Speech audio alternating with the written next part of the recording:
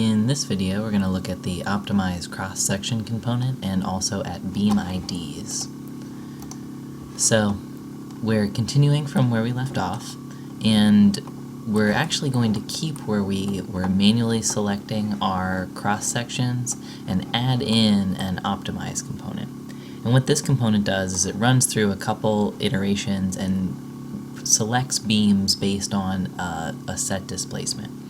So this component is called optimize cross-section. You can get it by double-clicking, starting to type optimize, and grab optimize cross-section. The inputs that this needs is the model out of assemble, and again the read CS table goes into cross-sections, and then here you can just go ahead and specify your maximum displacement value and plug it into maximum displacement.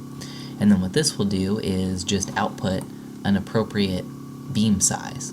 And the reason that I wanted to keep this starting position here is that without this, let me disconnect it, this is going to just start from the beginning of the list, and we end up with round tubes.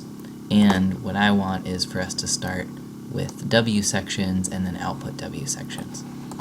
So another important part of this, there are a couple things. You can do your same beam displacement view to get data. You can also look at your maximum model displacement just right out of this optimized cross-section component. You'll notice that it's actually a little higher than my set maximum displacement. I think that might have to do with significant figures. I'm not sure. I will look into that and get back to you all. The other thing is the way to find out what your cross-sections are.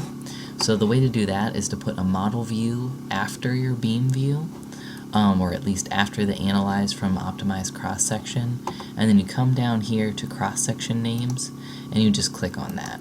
I haven't found another way to get those listed, but this will tell you what each cross-section is.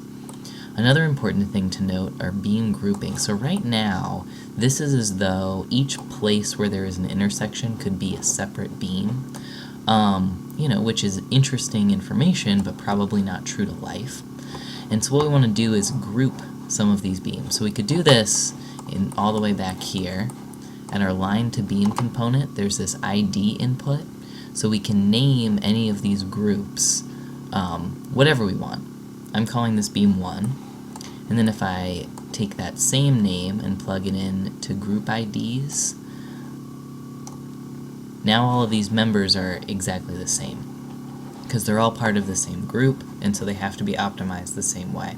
You could have more than one grouping here, and the way to do that would be with multiple line to beam components where you're naming the various groups